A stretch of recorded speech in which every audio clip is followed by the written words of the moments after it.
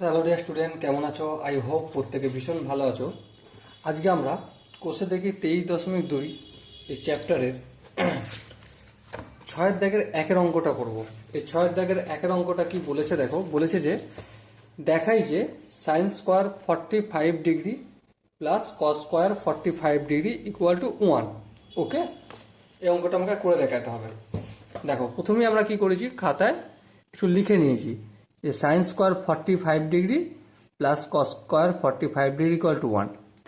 অতএব left hand side, left hand side মানে এই এদিকটা, সমানের বাম দিকটা, sine square 45 degree plus cos square 45 degree. Okay, sine 45 ডিগ্রির মান কত? অবভিয়াসলি 1/√2 স্কোয়ার রয়েছে, তাহলে পুরোটা হোল স্কোয়ার করে দিলাম, প্লাস কস 45 ডিগ্রি মানে 1/√2, এই স্কোয়ারটা রয়েছে তাই পুরোটা হোল স্কোয়ার করে দিলাম। বোঝা গেছে নিশ্চয়ই এখানটা।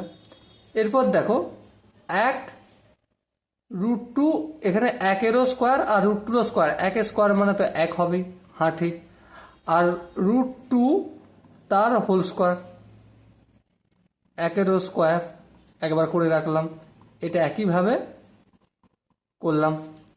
এবার দেখো, 1-এর স্কোয়ার মানে 1, রুট আর স্কোয়ার ক্যান্সেল আউট হয়ে যাবে, তাহলে 2 পড়ে থাকবে, একইভাবে 1 আর রুট আর স্কোয়ার ক্যান্সেল আউট হয়ে যাবে, এটা 2 পড়ে থাকবে। তাহলে এই হাফ আর এই হাফ যোগ করলে কত হয়? 2 ইন্টু হাফ, তাহলে এই 2 কত গেল, তাহলে কি বেঁচে রইল? 1। তাহলে এইটা সমান রাইট হ্যান্ড সাইড প্রমাণিত।